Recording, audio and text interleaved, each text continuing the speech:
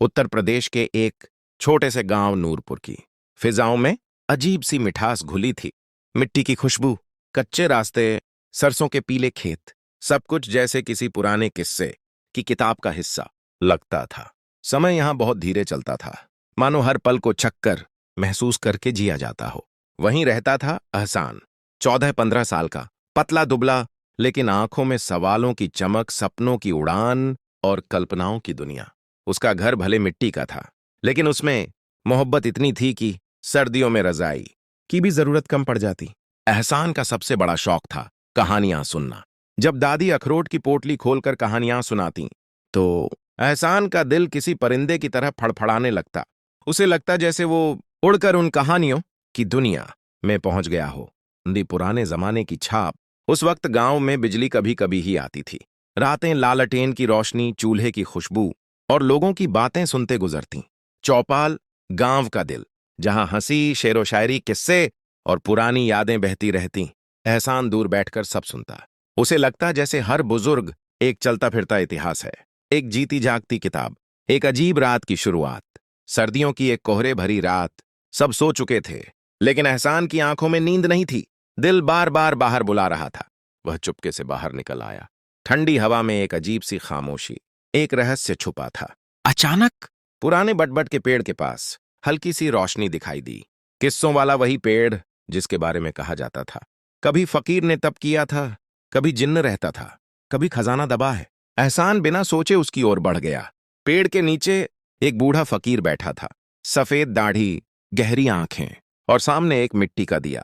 फकीर ने कहा, फकीर, रहस्यमयी आवाज, आओ बेटे, तुम्हारा ही इंतजार था। एहसान चौंका, आप मुझे जानते हैं? फकीर मुस्कुराया, नाम नहीं, पर तुम्हारी सोच को पहचानता हूं। तुम सवालों के सफर पर निकले हो, और सफर बहादुर लोगों को ही बुलाता है। एहसान उसके पास बैठ गया। आप कौन हैं? मैं इस गांव की पुरानी रूह हूं, उतना पुराना जितना ये बटबट का पेड़। मुझे एक कहानी सुनाइए, एहसान ने कहा। फकीर बोला, सुनाऊंगा, पर शर्त है, कहानियों को दिल में उतारना होगा, क्योंकि हर कहानी में जिंदगी छिपी होती है। पहली कहानी, खोया हुआ घर। बहुत पुराने वक्त में नूरपुर में एक किसान रहता था, अब्दुल रहमान। उसकी एक बेटी थी, नाजिया। बीवी गुजर चुकी थी, इसलिए बेटी ही उसकी दुनिया थी। फिर एक साल भयानक सूखा पड़ा, पानी खत्म, फसलें बर्बाद, लोग गांव छोड़ने लगे। रहमान ने भी सोचा चला जाए, पर उसी रात उसने सपना देखा। एक बूढ़ा फकीर बोला, घर मत छोड़ना, तुम्हारे नसीब की जड़ें इसी मिट्टी में हैं। रहमान डरा, पर ठहर गया, और धीरे धीरे बरसात आई, खेत हरे हुए, गांव फिर जिंदा हो गया।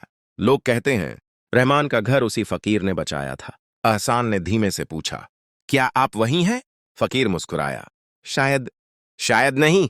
कहानी को समझना जरूरी है, सच को साबित करना नहीं। दूसरी कहानी, अलमस्त और उसकी मां। अलमस्त हमेशा मुस्कुराने वाला लड़का। उसकी मां बीमार थी। वो रोज लकड़ी काटता, पानी भरता, खाना पकाता और मां की सेवा करता। एक दिन भयानक तूफान आया, हर कोई अपने घर संभाल रहा था।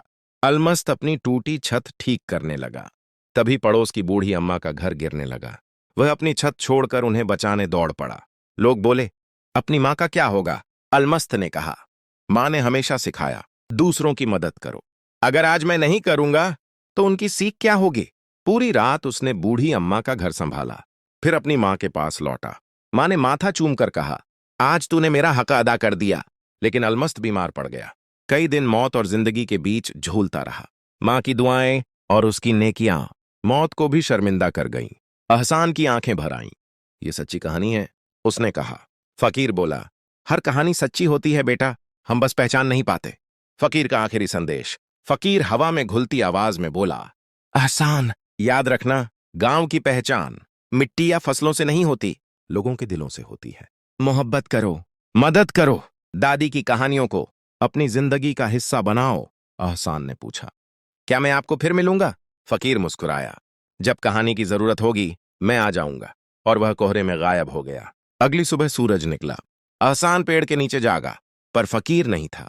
घर आकर उसने दादी को बताया। दादी मुस्कुराई, बेटा, हर फकीर इंसान नहीं होता। कभी वह हमारी सोच, कभी हमारी परछाई और कभी खुदा का भेजा हुआ संदेश होता है। उस दिन के बाद एहसान बदल गया।